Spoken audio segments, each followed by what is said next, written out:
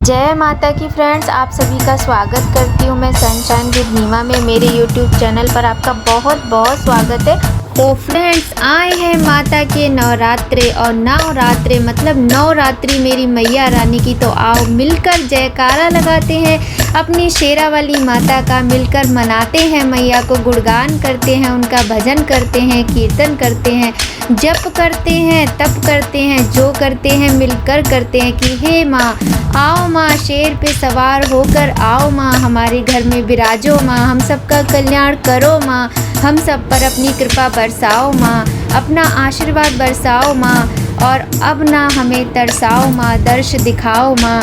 तो सब लोग मिलकर जयकारा लगाते हैं, बोलिए अम्बे मात की जय, बोलिए माता रानी शेरा वाली मात की जय, बोलिए सांचे दरबार की जय। बोलो अम्बे मात की जय। मैं ना, आप लोग सोचते हो कि मैं कैसे भजन सुनाती हूँ। तो हमारे यहाँ ना मम्मी जब व्रत रखती थी, हमारी शादी नहीं हुई थी तो मम्मी व्रत रखती थी, तो हम मम्मी के साथ रखते थे व्रत। तो हमारे यहाँ ढोलक बजती थी रोज, प्रतिदिन, मतलब ढोलक पे कीर्तन होता था। माता रानी को बहुत अच्छा लगता है कीर्तन।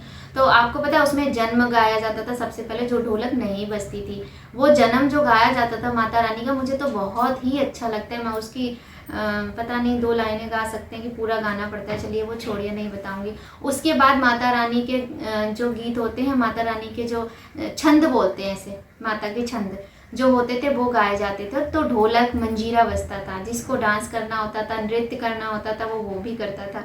तो बड़ा आनंद आता था। अब क्या, वो तो यादें ही रह गई, क्योंकि अब तो ढोलक वोलक कहीं सुनने में ही नहीं आती है। बड़े बड़े शहरों में हम लोग रहने लगते हैं, तो यहाँ तो ऐसा कुछ माहौल ही नहीं होता है, कोई वातावरण इस तरह का होता नहीं है।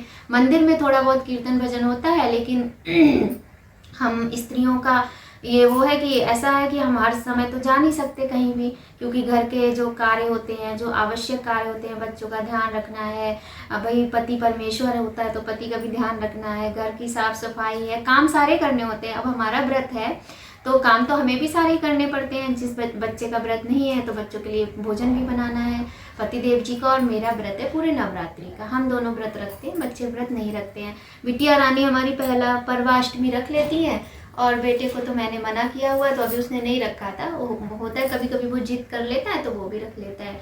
तो वो ही जो मैं बता रही थी, हाँ ढोलक बजती थी ना, तो जो छंद हमारे यहाँ गाए जाते थे हमें वही याद है, तो हम वही गा देते हैं। तो आप हमें बताइएगा ज़रूर कि आपको कैसे लगते हैं। और मेरी बिटिया कहती है मम्मी ज़रूर गाया करो, अच्छा लगता है। तो और एक बात आपको और बताऊँ ना, ये जो वीडियोज़ मैं बनाती हूँ ना, इसमें मेरी बेटी का बहुत बड़ा सहयोग है। मतलब सहयोग क्या, उसी का है ये सब कुछ, मेरा कुछ नहीं है इसमें। क्योंकि क्यों, वो मैं आपको किसी और दिन बताऊंगी। आज मैं पाठ का अध्याय का कथा अध्याय शुरू करती हूँ अपना। क्षमा करना, ज़्यादा बोलने में शब्दों में गड़बड़ी हो जाती है कभी कभी, और वैसे भी हमें बहुत ज़्यादा अनुभव नहीं है इस तरह से बोलने का। बस मन में जो आता रहता है, माता रानी जो मन में डालती रहती है, हम बोलते जाते हैं। तो देर ना करते हुए हम अपने 5वें अध्याय की कथा शुरू करते हैं। और सबसे पहले हम आपको एक छंद सुनाते हैं जो ढोलक पे गाया जाता था। शेरों पे हो गई सवार सवार महारानी, शेरों पे हो गई सवार सवार महारानी, शेरों सवार मैया मेरे घर आई, शेरों सवार मैया मेरे घर आई, हम पे भी हो गई दयाल दयाल महारानी, भक्तों पे हो गई दयाल दयाल महारानी, शेरों पे हो गई सवार सवार महारानी, शेरों पे हो गई सवार सवार महारानी। बोलो अम्बे मात की जय। 5वां अध्याय। देवताओं द्वारा देवी की स्तुति। चंड मुंड के मुख से अंबिका के रूप की प्रशंसा सुनकर शुंभ का उनके पास दूत भेजना और दूत का निराश लौटना। तो देखिए, बहुत ही सुंदर अध्याय है ये। आज के मनुष्य किस किस प्रकृति के हैं और किस प्रकृति के अधिकांश हैं, इस अध्याय से समझ आता है कि कलयुग में मनुष्य और राक्षस सब एक ही तरह के होते हैं, प्रकार के होते हैं। अब आपको उनमें भेद करना है कि कौन, उनकी प्रवृत्तियां अलग होती हैं। कोई मनुष्य मतलब मानवीय प्रवृत्ति का होता है, कोई राक्षस प्रवृत्ति का होता है। तो बहुत ही सुंदर अध्याय है ये, और बहुत ही शांतिपूर्वक, बहुत ही प्रसन्न मन से इस अध्याय की कथा का श्रवण करें, आनंद उठाएं और बिना स्किप किए देखिएगा, ठीक है। तो सबसे पहले हम ध्यान करते हैं माता का। जो अपने कर कमलों में घंटा, शूल, हल, शंख, मूसल, चक्र, धनुष और बाण धारण करती हैं, शरद ऋतु के शोभा संपन्न चंद्रमा के समान जिनकी मनोहर कांति है, जो तीनों लोकों की आधारभूता और शुंभ आदि दैत्यों का नाश करने वाली हैं, तथा गौरी के शरीर से जिनका प्राकट्य हुआ, उन महासरस्वती देवी का मैं निरंतर भजन करता हूँ। ऋषि कहते हैं, पूर्व काल में शुंभ और निशुंभ नामक असुरों ने अपने बल के घमंड में आकर शचीपति इंद्र के हाथ से तीनों लोकों का राज्य और यज्ञ भाग छीन लिए। वे ही दोनों सूर्य, चंद्रमा, कुबेर, यम और वरुण के अधिकार का भी उपयोग करने लगे। वायु और अग्नि का भी वे ही करने लगे। उन दोनों ने वायु और अग्नि का कार्य भी वे ही करने लगे। उन दोनों ने सब देवताओं को अपमानित, राज्य भ्रष्ट, पराजित तथा अधिकार विहीन करके स्वर्ग से निकाल दिया। उन दोनों महान असुरों से तिरस्कृत देवताओं ने अपराजिता देवी का स्मरण किया और सोचा, जगदम्बा ने हम लोगों को वर दिया था कि आपत्ति काल में स्मरण करने पर मैं तुम्हारी सब आपत्तियों का तत्काल नाश कर दूंगी। ये विचार कर देवता गिरिराज हिमालय पर गए और वहां भगवती विष्णु माया की स्तुति करने लगे। बोलो अम्बे माते की जय।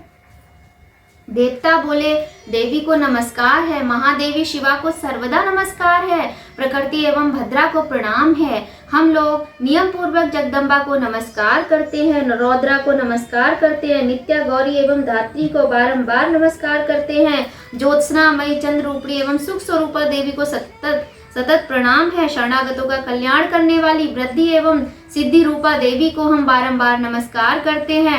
नैरती, राक्षसों की लक्ष्मी, राजाओं की लक्ष्मी तथा शर्वाणी शिव पत्नी स्वरूपा आप जगदम्बा को बार बार नमस्कार करते हैं। तथा दुर्गा, दुर्गपारा, दुर्गम संकट से पार उतारने वाली सारा, सबकी सारभूता, सर्वकारिणी ख्याति कृष्णा और धूम्रा देवी को सर्वदा नमस्कार है। अत्यंत सौम्य तथा अत्यंत रौद्र रूपा देवी को हम नमस्कार करते हैं, उन्हें हमारा बारंबार प्रणाम है। जगत की आधारभूता कृति देवी को बारंबार नमस्कार है। जो देवी सब प्राणियों में विष्णु माया के नाम से कही जाती हैं, उनको नमस्कार, उनको नमस्कार, उनको बारंबार नमस्कार है। बोलो अम्बे माते की जय। जो देवी सब प्राणियों में चेतना कहलाती है, उनको नमस्कार, उनको नमस्कार, उनको बारंबार नमस्कार है। जो देवी सब प्राणियों में बुद्धि रूप से स्थित है, उनको नमस्कार, उनको नमस्कार, उनको बारंबार नमस्कार है। जो देवी सब प्राणियों में निद्रा रूप से स्थित है, उनको नमस्कार, उनको नमस्कार, उनको बारंबार नमस्कार है। जो देवी सब प्राणियों में शुद्धा रूप से स्थित है, उनको नमस्कार, उनको नमस्कार, उनको बारंबार नमस्कार है। जो देवी सब प्राणियों में छाया रूप से स्थित है, उनको नमस्कार, उनको नमस्कार, उनको बारंबार नमस्कार है। जो देवी सब प्राणियों में शक्ति रूप से स्थित है, उनको नमस्कार, उनको नमस्कार, उनको बारंबार नमस्कार है। जो देवी सब प्राणियों में तृष्णा रूप से स्थित है, उनको नमस्कार, उनको नमस्कार, उनको बारंबार नमस्कार है। जो देवी सब प्राणियों में शांति क्षमा रूप से स्थित हैं, उनको नमस्कार, उनको नमस्कार, उनको बारंबार नमस्कार है। जो देवी सब प्राणियों में जाति रूप से स्थित हैं, उनको नमस्कार, उनको नमस्कार, उनको बारंबार नमस्कार है।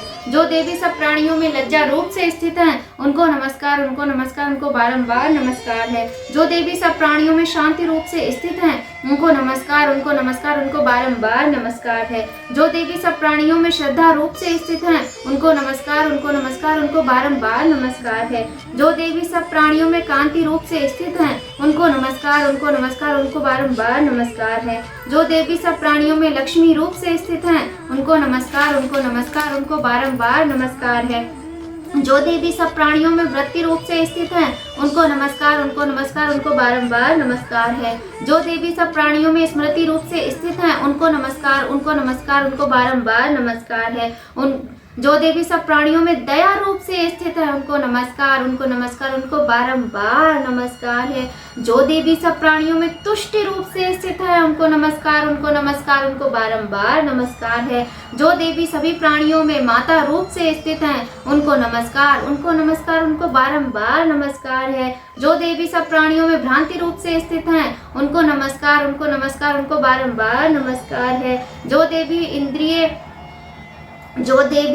सभी प्राणियों में लक्ष्मी रूप से स्थित हैं उनको नमस्कार, उनको नमस्कार, उनको बारंबार नमस्कार है। जो जीवों के इंद्रिय वर्ग की अधिष्ठात्री देवी एवं सब प्राणियों में सदा व्याप्त रहने वाली उन व्याप्ति देवी को बारंबार नमस्कार है। जो देवी चैतन्य रूप से इस संपूर्ण जगत को व्याप्त करके स्थित हैं उनको नमस्कार, उनको नमस्कार, उनको बारंबार नमस्कार है। पूर्व काल में अपने अभीष्ट की प्राप्ति होने से देवताओं ने जिनकी स्तुति की तथा देवराज इंद्र ने बहुत दिनों तक जिनका सेवन किया, वह कल्याण की साधन भूता ईश्वरी हमारा कल्याण और मंगल करें तथा सारी आपत्तियों का नाश कर डालें। उद्दंड दैत्यों से सताए हुए हम सभी देवता जिन परमेश्वरी को इस समय नमस्कार करते हैं तथा जो भक्ति से विनम्र पुरुषों द्वारा स्मरण की जाने पर तत्काल ही संपूर्ण विपत्तियों का नाश कर देती हैं, वे जगदम्बा हमारा संकट दूर करें। बोलो अम्बे माते की जय। ऋषि कहते हैं, राजन, इस प्रकार जब देवता स्तुति कर रहे थे उस समय पार्वती देवी गंगा जी के जल में स्नान करने के लिए वहां आई।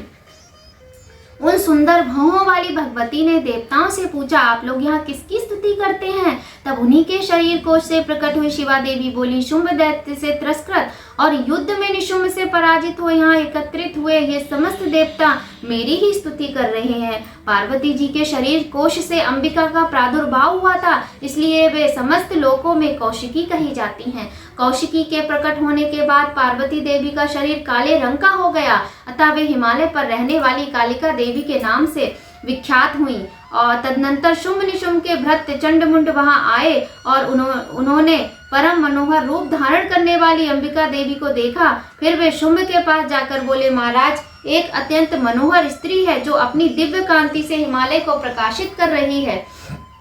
फिर वे शुंभ के पास जाकर बोले, महाराज, एक अत्यंत मनोहर स्त्री है जो अपनी दिव्य कांति से हिमालय को प्रकाशित कर रही है। वैसा उत्तम रूप कहीं किसी ने भी नहीं देखा होगा। असुरेश्वर, पता लगाइए वह देवी कौन है और उसे ले लीजिए। स्त्रियों में तो वह रत्न है, उनका प्रत्येक अंग बहुत ही सुंदर है तथा वह अपने श्री अंगों की प्रभा से संपूर्ण दिशा में प्रकाश फैला रही हैं। दैत्यराज, अभी वह हिमालय पर ही मौजूद हैं, आप उसे देख सकते हैं। प्रभु, तीनों लोकों में मणि, हाथी और घोड़े आदि जितने भी रत्न हैं वे सब इस समय आपके घर में शोभा पाते हैं। हाथियों में रत्नभूत ऐरावत, ये पारिजात का वृक्ष और ये उच्च शवा घोड़ा, ये सब आपने इंद्र से ले लिया है। हंसों से जुता हुआ ये विमान भी आपके आंगन में शोभा पाता है। ये रत्नभूत अद्भुत विमान जो पहले ब्रह्मा जी के पास था, अब आपके यहाँ लाया गया है। ये महापद्म नामक निधि आप कुबेर से छीन लाए हैं। समुद्र ने भी आपको किंजल नाम की माला भेंट की है जो केसरों से सुशोभित है, जिसके कमल कभी कुमलाते नहीं है। सुवर्ण की वर्षा करने वाला वरुण का छत्र भी आपके घर में शोभा पाता है तथा ये श्रेष्ठ रथ जो पहले प्रजापति के अधिकार में था अब आपके पास मौजूद है। दैत्येश्वर, मृत्यु की उत्क्रांतिदा नाम वाली शक्ति भी आपने छीन ली है तथा वरुण का पाश और समुद्र में होने वाले सब प्रकार के रत्न आपके भाई निशुंभ के अधिकार में हैं। अग्नि ने भी स्वतः शुद्ध किए हुए 2 वस्त्र आपकी सेवा में अर्पित किए हैं। दैत्यराज, इस प्रकार सभी रत्न आपने एकत्र कर लिए हैं। फिर जो ये स्त्रियों में रत्न रूप कल्याणमयी देवी है, इसे आप क्यों नहीं अपने अधिकार में कर लेते? ऋषि बोले, चंडमुंड का ये वचन सुनकर शुंभ ने महादैत्य सुग्रीव को दूत बनाकर देवी के पास भेजा और कहा, तुम मेरी आज्ञा से उसके सामने ये बातें कहना और ऐसा उपाय करना जिससे प्रसन्न होकर वह शीघ्र ही यहाँ आ जाए। वह दूत पर्वत के अत्यंत रमणीय प्रदेश में जहाँ देवी मौजूद थी गया और मधुर वाणी में कोमल वचन बोला। दूत बोला, देवी, दैत्यराज शुंभ इस समय तीनों लोकों के परमेश्वर हैं। मैं उन्हीं का भेजा हुआ दूत हूँ और यहाँ तुम्हारे ही पास आया हूँ। उनकी आज्ञा सदा सब देवता एक स्वर से मानते हैं, कोई उसका उल्लंघन नहीं कर सकता। वे संपूर्ण देवताओं को परास्त कर चुके हैं। उन्होंने तुम्हारे लिए जो संदेश भेजा है उसे सुनो। संपूर्ण त्रिलोकी मेरे अधिकार में है, देवता भी मेरे आज्ञा के अधीन चलते हैं। संपूर्ण यज्ञों के भागों को मैं पृथक पृथक भोगता हूँ। तीनों लोकों में जितने श्रेष्ठ रत्न हैं वह सब मेरे अधिकार में है। देवराज इंद्र का वाहन ऐरावत जो हाथियों में रत्न के समान है मैंने छीन लिया है। क्षीर सागर का मंथन करने से जो अश्व रत्न उच्च शबा प्रकट हुआ था उसे देवताओं ने मेरे पैरों में पड़कर अर्पित किया है। सुंदरी, उनके सिवा और भी जितने रत्नभूत पदार्थ देवताओं, गंधर्वों और नागों के पास थे वे सब मेरे पास आ गए हैं। देवी, हम लोग तुम्हें संसार की स्त्रियों में रत्न मानते हैं, अतः तुम हमारे पास आ जाओ, क्योंकि रत्नों का उपभोग करने वाला हम ही हैं। चंचल कटाक्षों वाली सुंदरी, तुम मेरी या मेरे भाई महापराक्रमी निशुम्भ की सेवा में आ जाओ, क्योंकि तुम रत्न स्वरूपा हो। मेरा वरण करने से तुम्हें तुलना रहित महान ऐश्वर्य की प्राप्ति होगी। अपनी बुद्धि से विचार कर तुम मेरी पत्नी बन जाओ। ऋषि कहते हैं, दूत के यूं कहने पर कल्याणमयी भगवती दुर्गा देवी जो जगत को धारण करती है मन ही मन गंभीर भाव से मुस्कुराई और इस प्रकार बोली, बोलो अम्बे माते की जय। देवी ने कहा, दूत, तुमने सत्य कहा है, इसमें तनिक भी मिथ्या नहीं है। शुंभ तीनों लोकों का स्वामी है और निशुंभ भी उसी के समान पराक्रमी है, किंतु इस विषय में मैंने जो प्रतिज्ञा कर ली है उसे मिथ्या कैसे करूं। मैंने अपनी अल्प बुद्धि के कारण पहले से जो प्रतिज्ञा कर रखी है उसे सुनो। जो मुझे संग्राम में जीत लेगा, जो मेरे अभिमान को चूर्ण कर देगा तथा संसार में जो मेरे समान बलवान होगा वही मेरा स्वामी होगा। इसलिए शुंभ अथवा महादैत्य निशुंभ स्वयं ही यहाँ पधारें और मुझे जीतकर शीघ्र ही मेरा पाणी ग्रहण कर लें। इसमें विलंब की क्या आवश्यकता है। बोलो अम्बे माते की जय। दूत बोला, देवी, तुम घमंड में भरी हो, मेरे सामने ऐसी बातें ना करो। तीनों लोकों में कौन ऐसा पुरुष है जो शुंभ निशुंभ के सामने खड़ा हो सके। देवी, अन्य दैत्यों के सामने भी सारे देवता युद्ध में नहीं ठहर सकते, फिर तुम अकेली स्त्री होकर कैसे ठहर सकती हो। जिन शुंभ आदि दैत्यों के सामने इंद्र आदि सब देवता भी युद्ध में खड़े नहीं हुए, उनके सामने तुम स्त्री होकर कैसे जाओगी। इसलिए तुम मेरे ही कहने से शुंभ निशुंभ के पास चली चलो। ऐसा करने से तुम्हारे गौरव की रक्षा होगी, अन्यथा जब वे केश पकड़कर घसीटेंगे तब तुम्हें अपनी प्रतिष्ठा खोकर जाना पड़ेगा। देवी ने कहा, तुम्हारा कहना ठीक है, शुंभ बलवान है और निशुंभ भी बड़ा पराक्रमी है, किंतु क्या करूं, मैंने पहले बिना सोचे समझे प्रतिज्ञा कर ली है, अतः अब तुम जाओ। मैंने तुमसे जो कुछ कहा है वह सब दैत्यराज से आदर पूर्वक कहना, फिर वे जो उचित जान पड़े करें। इस प्रकार श्री मार्कंडेय पुराण में सावर्णिक मनमंत्र की कथा के अंतर्गत देवी महात्म्य में देवी दूत संवाद नामक 5वां अध्याय पूरा हुआ। बोलो अम्बे माते की जय।